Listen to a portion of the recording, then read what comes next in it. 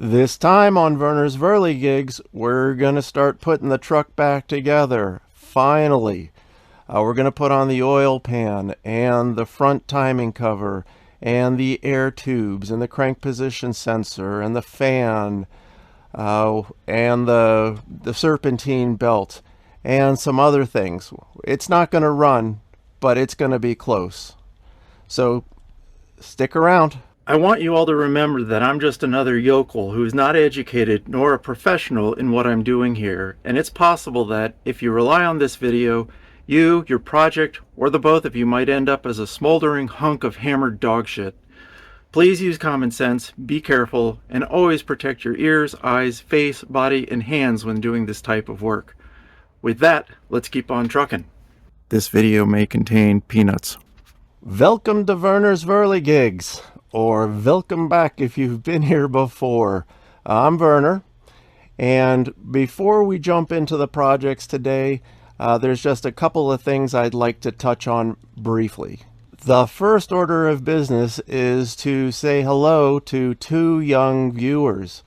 Hey Vincent, hey Alexander, thank you so much for watching.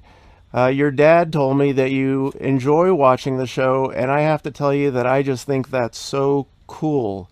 You guys are doing a great job figuring things out, and I'm just honored to be part of your day when the new shows come out. Now, I heard that Vincent really likes the 1954 Chevy truck, and he also wears overalls sometimes when he's doing his jobs. So great minds think alike. I love my overalls too, you know that. I'm going to do a show on the 1954 Chevy, just showing people around it, and so watch out for that, Vincent. The second order of business is about where I've been. Where have I been? I've only put out one show in July 1st and one show on August 1st, and now it's September, and I just haven't been here putting together shows. Yeah, unfortunately, it started in July. I got pretty sick. It was just a flu, but it kicked my butt. But then my mom had a stroke, and I spent the majority of August back in Virginia, where I'm from originally, just being with her and being with her caregiver. And so that's where I was. I'm back home now.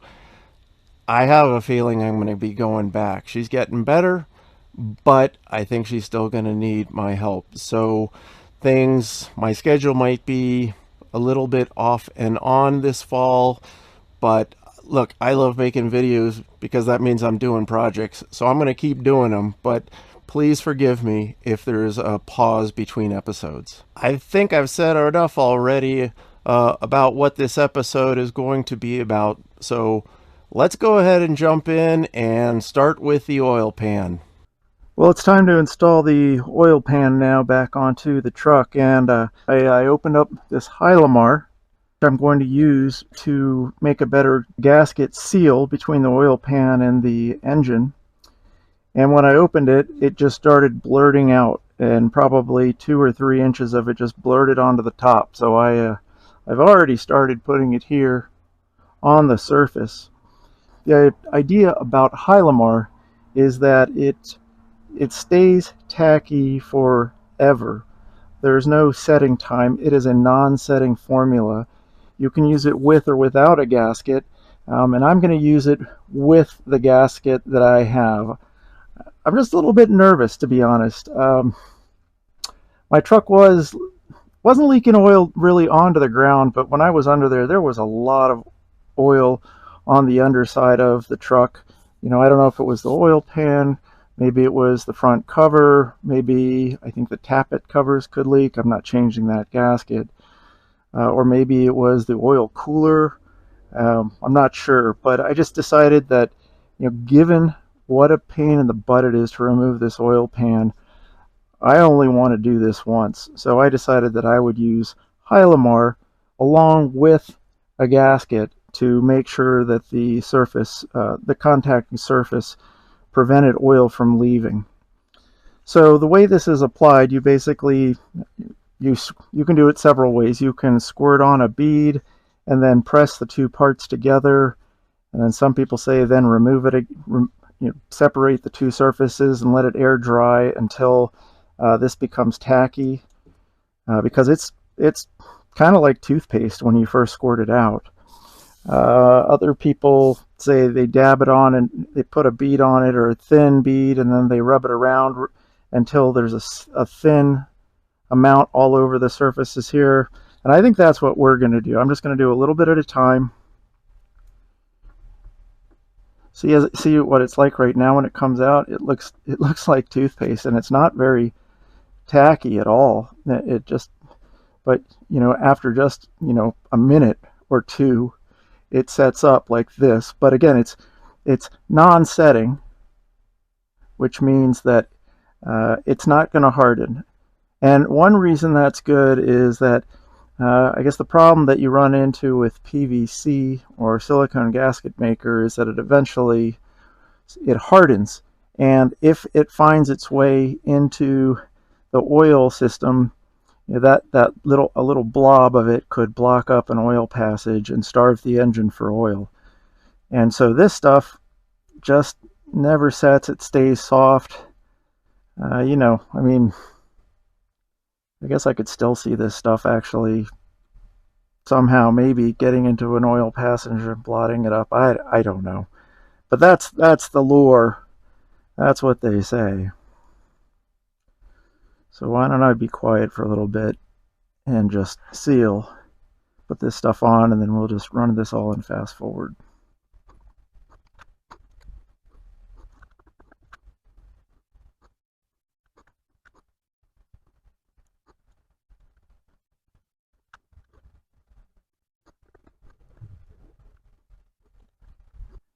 All right, step 1 complete.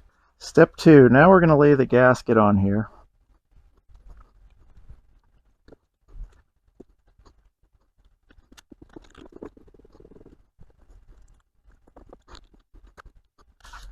Okay, that's looking pretty good.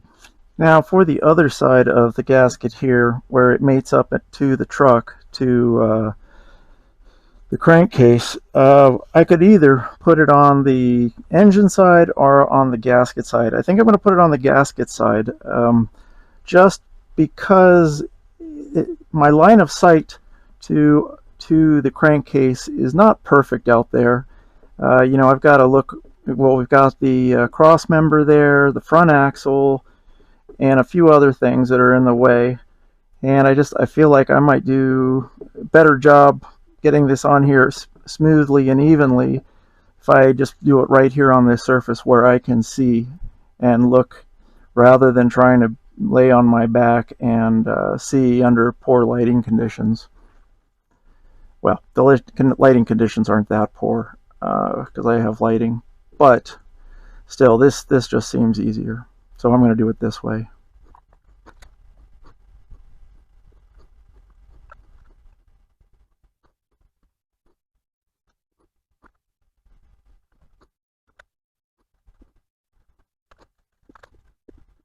Okay, I think we're good there.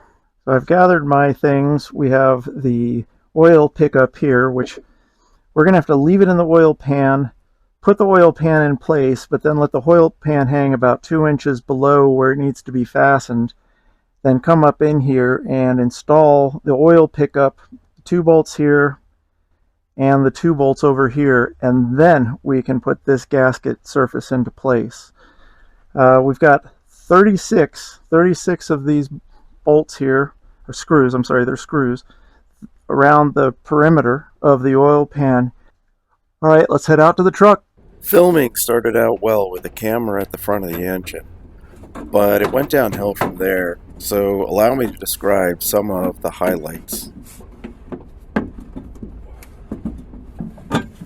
You'll need to lay the pickup tube in the oil pan before you put the oil pan into place, because there isn't enough room to squeeze it in otherwise. I used some Hylomar blue for the pickup tube flange as well. I attached the 2 bolts at the flange first, and then I installed the 2 remaining mounting screws on the driver's side of the pan. I contemplated using some threaded studs to temporarily hold the oil pan in place while attaching the pickup, but I did not go that route after all.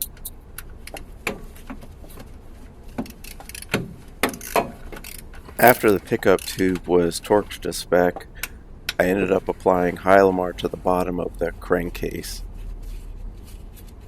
Once I had the corners in, I hand tightened them and then did the same for all the remaining 32 bolts. After that, I torqued them all to 18 foot-pounds.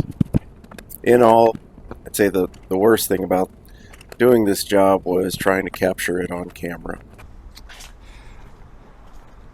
All right, we finally get to take the crane away.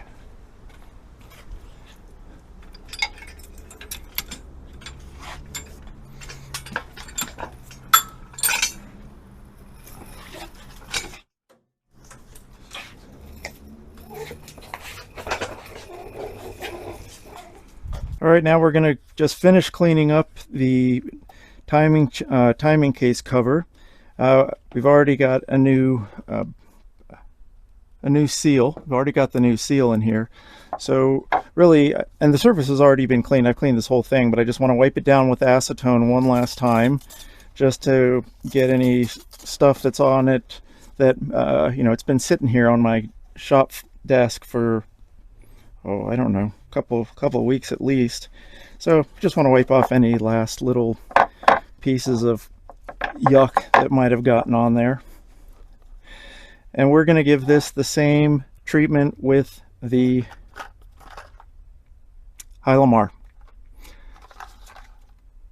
So yeah, just going to take this out and start applying it. And based on the last go around, I'm going to have everything ready. So I've got a little bit left in this other little tube, and I'm just going to start with that. Last time I opened it up, it just came splurting out, and it didn't this time, thank goodness. So just put some of this crest on here, or maybe it's AIM. Reminds me more of AIM. And then I'm going to put the gasket directly on. And then after, I think I'm going to put some on the other side of the gasket and then also on the engine. Last time when I was doing it for the oil pan and I put it on the other side of the gasket, it turned out to take me a little bit of time to get from the point of putting the stuff on the gasket to getting the oil pan up under the truck. And I just ran into having to do a few things. So I ended up putting some on the engine as well, on the crankcase.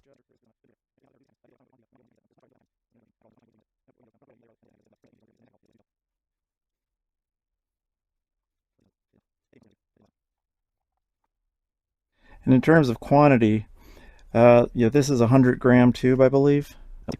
100 gram, 3.5 ounces. And I didn't have very much left over after doing the oil pan. And again, I put the stuff on 3 sides. So one on the oil pan, one on the engine, and one on one side of the gasket. It is already tacking up pretty well. And I'm just putting a little bit more in any place where it looks like it's there's metal exposed.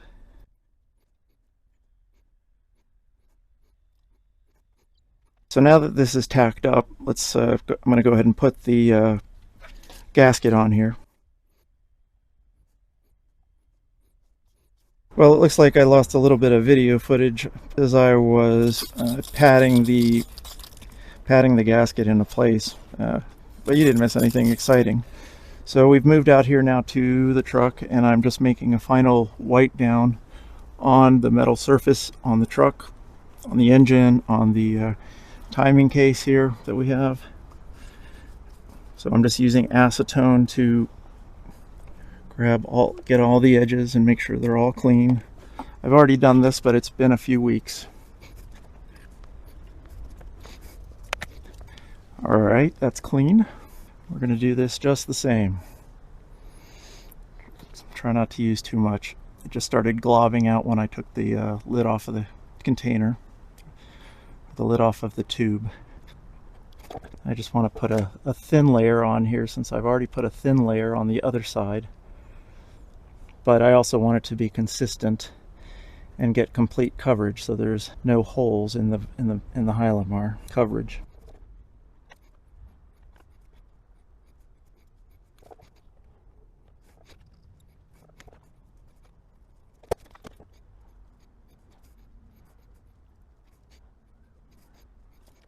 Yeah, this is my first time using anything like this.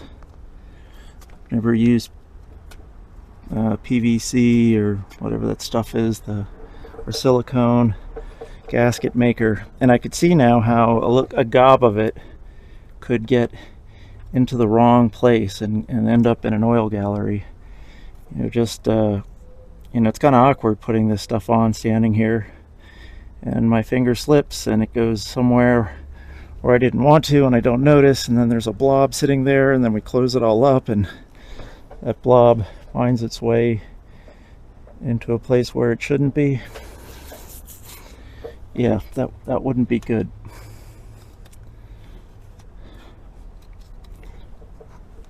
Okay, so we'll just let this tack up a little bit too, and then we'll come in with the gasket and the cover. So here's what we need to think about while we're installing.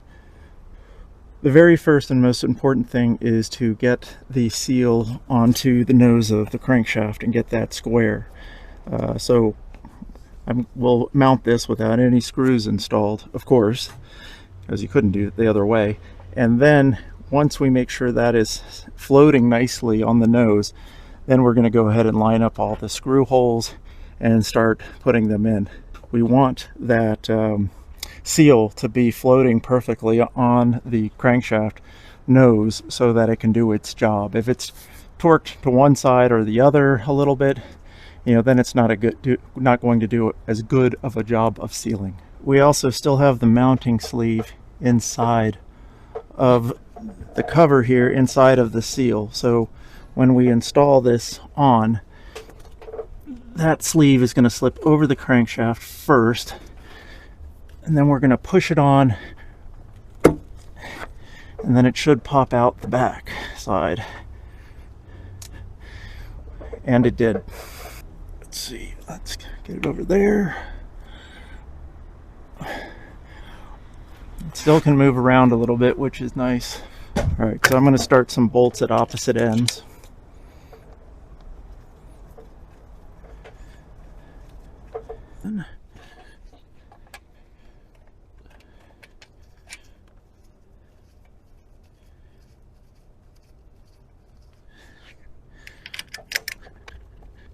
Even though we have 20 screws going in here, most anybody should be able to figure out where they go, because it's just a combination of long and short bolts or screws, and then the two special studs that hold on the crank position sensor in the right place.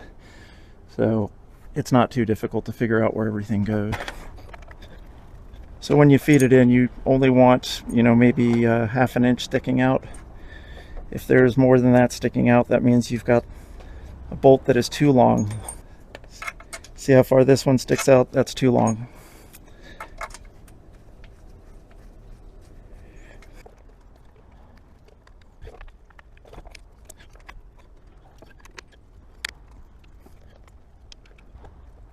Well, we're down to the last 4, and to be honest, I'm not quite sure in which order. I've got 2 that make up the post that holds on the crank position sensor, and I've just got 2 regular bolts.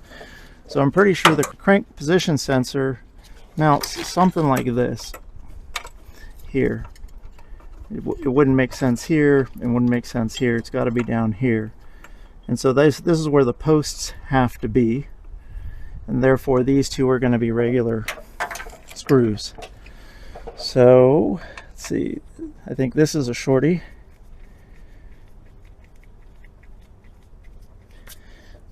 This one's a long one.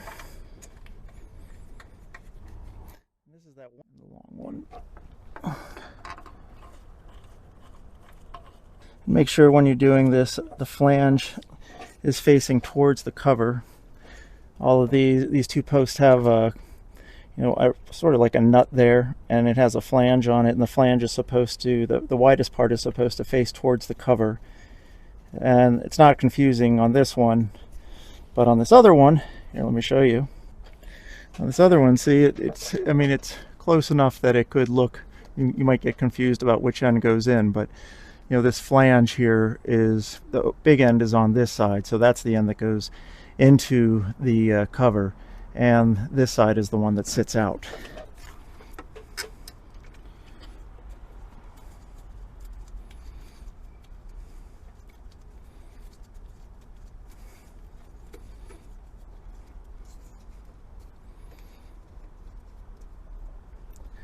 Okay, and I actually forgot to put in the hook here for the spring on the injection pump that goes in here.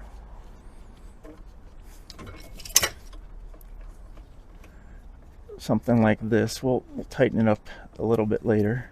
Right now we're just getting everything started. All right, and now we need to go back and tighten everything down to 18 inch-pounds. I'm going to just run everything in. I just want to bottom them out.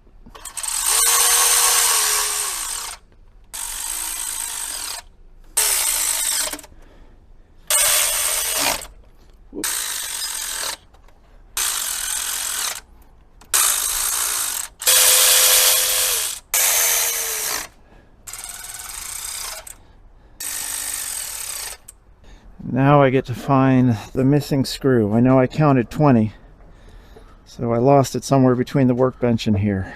I swear this truck is like the Bermuda Triangle. I found it.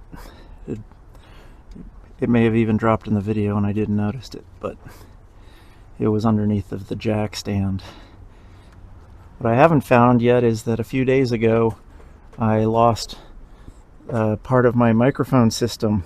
I don't know where, I know when I had it and I know when I didn't, and I was under the truck filming the oil pan and I can't find it. I've looked everywhere, so this is one of 2 new microphones I have, and I'll let you know this is a very cheap replacement of the one I used to have, and in the next part of this video I will try my new fancy one that was given to me by Pop Spare.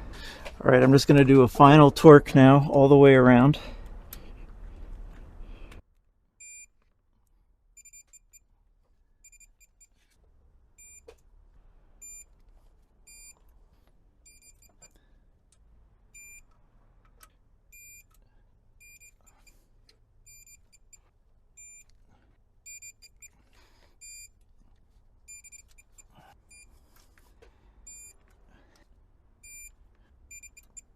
We're done.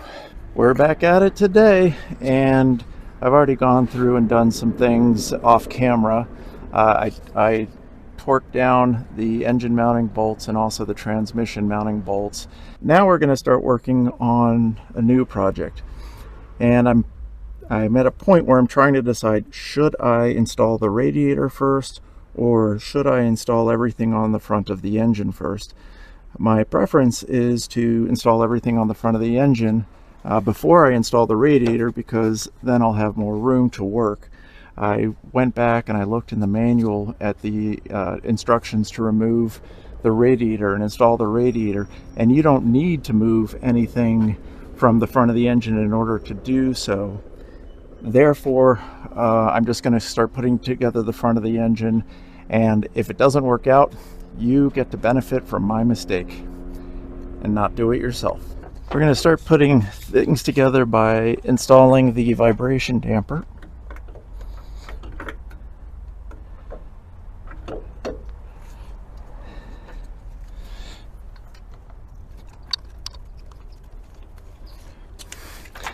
Now this is a stick shifter manual transmission truck, so it has, I can put it in gear, which I've done, and lock the engine in place. One of the benefits of not having an automatic.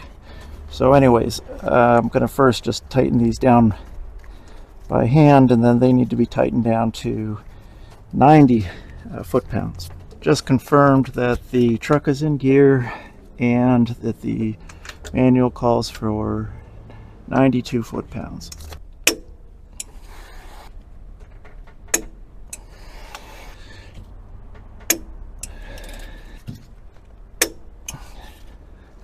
Okay, that's done. And now we'll work on the crank position sensor. So I'm gonna, let's see, this has spacers on it, and one side of the spacer has a bigger hole than the other. So the bigger side goes over the nut, and then what we need to do is mount the sensor. Okay, so we'll put that on there temporarily, just like this, and get the nuts started.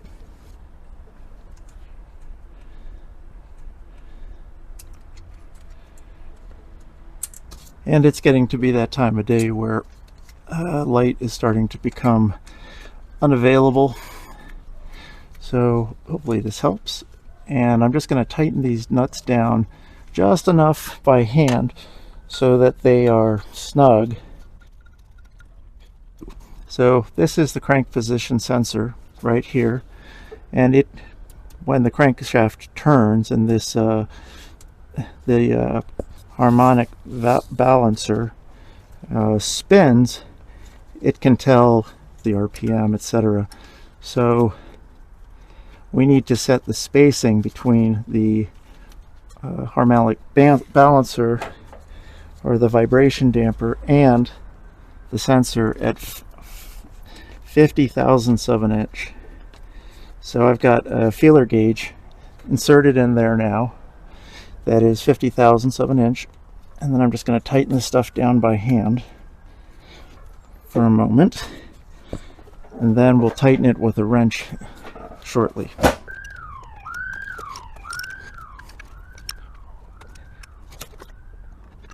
Okay, that gap is still good. Now if you don't know already, mounting the fan, unmounting and mounting the fan can be a real pain. So what I'm going to do is just disconnect the fan blade from the pulley.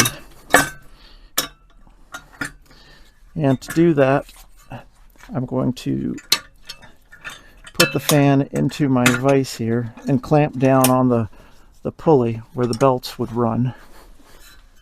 This thing is just so heavy and awkward. Okay. Now that I've done that, we should be able to back off the nut. There's a nut under here, and we should be able to back that off to release the fan. Before I do anything more, let's just look in here real quick. That's the nut we need to release. And it's big. It's bigger than 1 1/4 inches, and it's reverse threaded, so we need to get that off in order to get the fan blade off. So I found an adjustable wrench that's thin enough and opens wide enough to get this thing gets on this. So we would usually go this way, lefty loosey, so we're going to go righty loosey this time, and hopefully it works. And I think yeah, it was that easy. It's not really tight. For some reason I can never do it while on the vehicle. I always have to wait till I bring it over here. And here's what we were working with. Just getting that off. But now when we go to install this pulley and bracket onto the front of the engine, it's going to be so much easier. That fan and clutch weigh a lot of weight. It's really hard to manipulate it with one hand while trying to feed in some screws. All right, now that we have these two things separated, we can drop this into here. And I know you're right up in it, but that's the way it's going to have to be. And actually what I'm going to do is just put in one of these top ones first, just to hold it there. Actually, let's put 2 in, because these lower ones here, those are the real bears. But we want to leave we don't want to tighten up the top ones yet, because we actually need to run there's some bolts that mount the wiring for the crank position sensor, and we want to guide that up there. So I'm going to get these tightened down, and then I'll come back. All right, we've wound in the bottom two screws, which you can't really see on the camera now, and so now we're going to do the top two. But with these, we're going to put these clips in that run the wire for the crank position sensor, and they belong in the top two holes.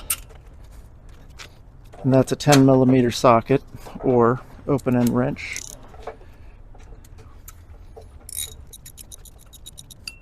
Not going to do it tight yet, but almost. Okay, now we just want to make sure that the sensor wiring is clear of anything. So I'm going to I folded it down this way, this one, just to get it clear. And then let's tighten it down. And this one too. And now we can just clip these together and keep it out of the way.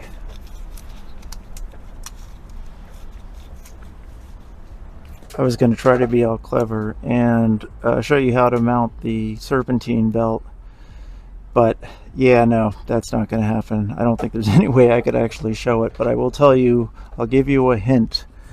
Find a good diagram, of course, but you should get the belt wrapped around everything that has grooves on it, and also the flat pulley over here where the tensioner is. And the last part of the belt you should put on is right here. And the reason is all of these other pieces have an edge that you have to feed the belt up and over to get into the groove. This is the only one that doesn't have a raised edge. And because I tried making this one the last, made this one the last, no way for the vibration damper.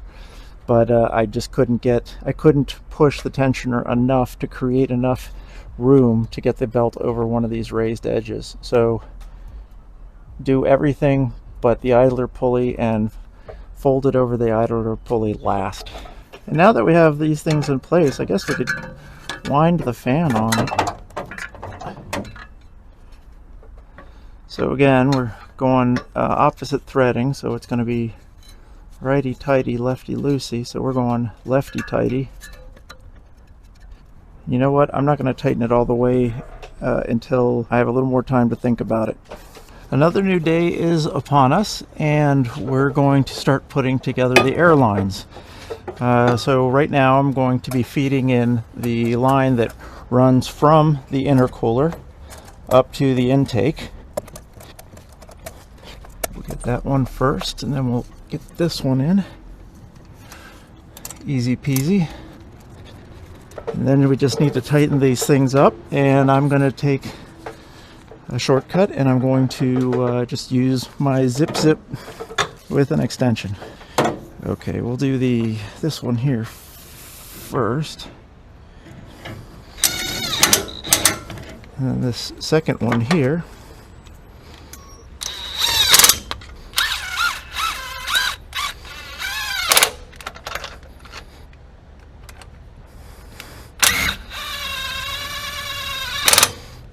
All right, and I'll just do a few little tugs with my wrench just to make sure it feels right.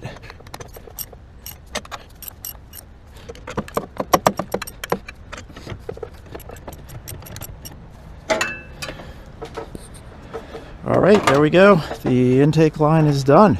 And we've moved over to the other side of the truck now, to the passenger side, and we're putting in the line that goes from the turbo to the intercooler. And the fat, or the longer, rubber boot goes into the intercooler end, and the shorter one goes onto the turbo end. And just do your best so that they're both seated as deeply as they're supposed to be. There's a little ridge on both, which tells you where they're supposed to stop. And I'm putting the screws where they were originally, which is as such, with a point sticking up towards the outside. And I'm not sure why that was, but it certainly seems easier to access.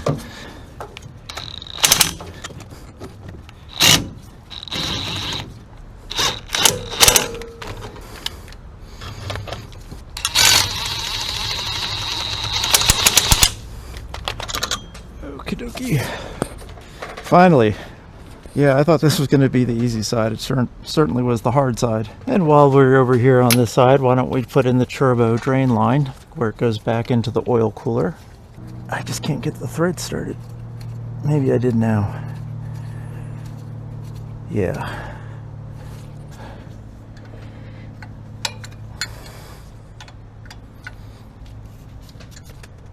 Just going to give it a grunt and a half. And also falling under the heading of no time like the present, let's go ahead and start getting these lines that go into the HVAC into place. HVAC is air heating and air conditioning. Got a second one here too.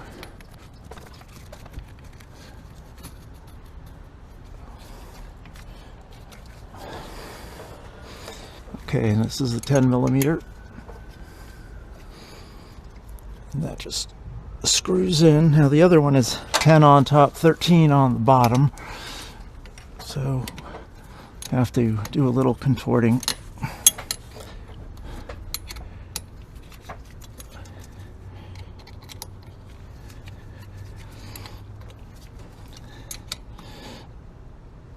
We're also going to put on the oil fill. I left this bolt in here because I knew I would lose it if otherwise. Well, actually that's not true, but I don't know, it just seemed like a better idea to me. So we just get it started, which it's not doing.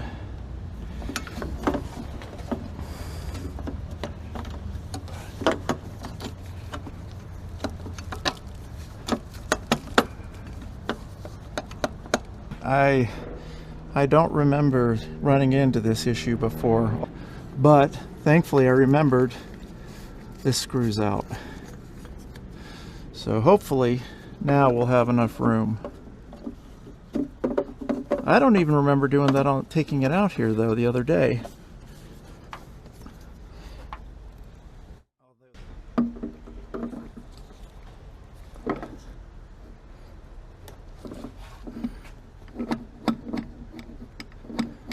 Okay.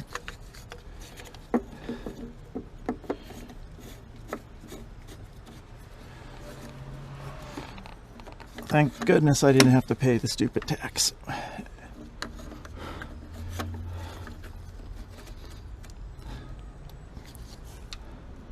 Looks like I got it. Okay. All right, that looks good.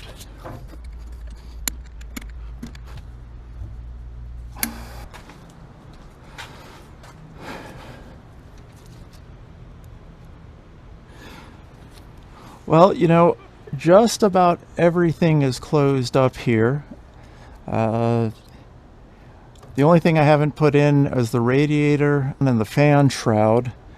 But since everything else is closed up, and I'm going to go ahead and give the engine a little bath. It's pretty dusty and dirty in here, and I just like to clean it up before I finish putting these last bits back in. Well, if I'm standing here in front of you like this, it means two things.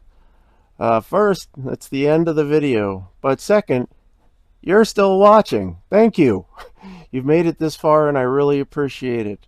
If you enjoyed the content, give me a thumbs up, please. I have been led to believe by others that a thumbs up will somehow help me in this crazy YouTube world, although they don't actually tell me how the algorithm works or why it's important. So I'm just following others like a lemming, hopefully not right off the cliff. Other than that, I'll be back soon. Hopefully in the next video, I'm going to get the truck back on the road. And hopefully my mom is doing better and maybe doesn't need as much of my attention. But if she does, I'm going there for her. And we'll see how it goes. All right. Thank you so much. So long for now.